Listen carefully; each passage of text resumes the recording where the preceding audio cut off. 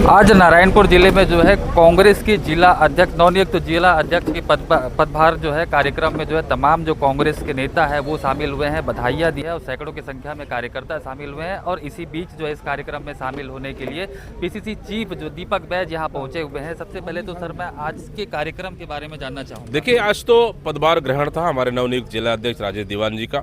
सभी कार्यकर्ताओं ने मिलकर उनको अपने पसंद से हमारे ऑब्जर्वर जो संगठन सृजन तहत आए थे उनको अपना नाम दिए और आला कमान ने, कांग्रेस पार्टी ने उनको अध्यक्ष बनाया और बड़े आज हजारों की संख्या में आज उनका पदभार ग्रहण हुआ। निश्चित रूप से आज के बाद उनके नए दायित्व का जिम्मेदारी शुरू होती है और हमें पूरा भरोसा और विश्वास है कि पार्टी ने जो भी उनको जिम्मेदारी देगी, टास्क देगी, सरकार के खिलाफ हर लड़ाई में वो सफल होंगे और खरा उतरेंगे। आज आप नारायणपुर में है, नारायणपुर की मैं बात करता हूँ। जहाँ तक मुझे जानकारी है कि नारायणपुर कोंडागांव नेशनल हाईवे जो मार्ग है वो भारत का इकलौता ऐसा नेशनल हाईवे मार्ग होगा जहाँ पिछले 6 महीने से बस बंद है। स्कूली बच्चों को परेशानी हो रही है, आने जाने वाले यात्रियों को परेशानी हो रही है, दुर्घटनाएं हो रही है। किस प्रकार से देखिए, नारायणपुर जिला पूरी तरह से टापू बन चुका है। मैं आज आया हूँ भानु प्रतापपुर, अंतागढ़ से नारायणपुर, पूरी रोड खराब है, रोड नाम की चीज़ है नहीं। अभी फिर हमको जाना है नारायणपुर से कोंडागांव के लिए, ये भी पूरी तरह से 5 महीने तक सड़क बंद है। यहाँ के मंत्री को नारायणपुर से कोई मतलब नहीं है, यहाँ की जनता से उनको कोई मतलब नहीं है। यहाँ की जनता को उन्होंने भगवान भरोसे छोड़ दिया। साथ ही मतलब इतनी खराब सड़कें हैं, सरकार के पास सड़कों की मरम्मत करने के लिए पैसा नहीं है। यही हालत नहीं, यही हालत पूरे प्रदेश में। प्रदेश के 80% सड़कें पूरी तरह से जर्जर हो चुकी है और सरकार के पास मरम्मत करने के लिए पैसा नहीं है। लेकिन मंत्रियों और सरकार के नुमाइंदों के पास उनकी जेब भरने के लिए पैसा है, लेकिन आम जनता जो सड़क पे चल रहे हैं उनके लिए मरम्मत करने के लिए पैसा नहीं है। पुलिस भर्ती में स्थानीय भर्ती को लेकर के सैकड़ों युवा जो है वो पैदल कोंडागांव गए थे, क्या कुछ परिणाम उसका निकला? देखिए, इस सरकार में बात करें, चाहे पुलिस भर्ती की बात करें, पूरी तरह भ्रष्टाचार का भेंट चढ़ा। वन विभाग की भर्ती की बात करें, पूरी तरह से भ्रष्टाचार का भेंट चढ़ा है। यही पुलिस भर्ती एक ही बार नहीं, राजनांदगांव में 2-3 लोगों की मौतें हुई है।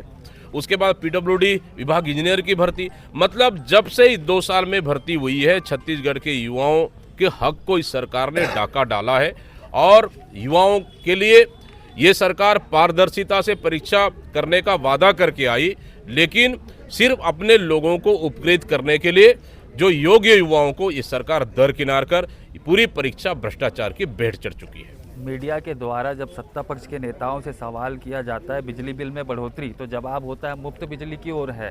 दूसरा सवाल जो है जंगल कट रहे हैं, तो जवाब होता है अब नक्सलवाद खत्म कर रहे हैं। किस प्रकार से देखिए, यहाँ तो वन मंत्री है, उनको पूछ के देखिए आप कि आपके विभाग में, वन विभाग में, आप वन विभाग के मंत्री हैं, इस नारायणपुर विधानसभा इस जिले के आते हैं, तो तमनार का जंगल क्यों कट रहा है, उसका अनुमति क्यों, व्यासदेव का जंगल क्यों कट रहा है, वो जवाब नहीं दे पाएंगे। वो मतलब कुल मिला के मुख्यमंत्री आदिवासी, वन मंत्री आदिवासी, जल जंगल जमीन आदिवासी का, खनिज संसाधन आदिवासी का, छत्तीसगढ़ का, इसको बेचने का काम ये दोनों मिलकर कर रहे हैं, क्योंकि अपने चहेते उद्योगपतियों को जल जंगल जमीन खनिज संसाधन सौंपना चाह रहे हैं। इसलिए ये जनता के सवालों का जवाब नहीं दे पा रहे हैं ये आज की स्थिति में। इसलिए सवाल कुछ पूछो तो उत्तर कुछ दे रहे हैं। ये हालत है सरकार की। मतलब सरकार 2 साल में पूरी तरह से फेल हो चुका है।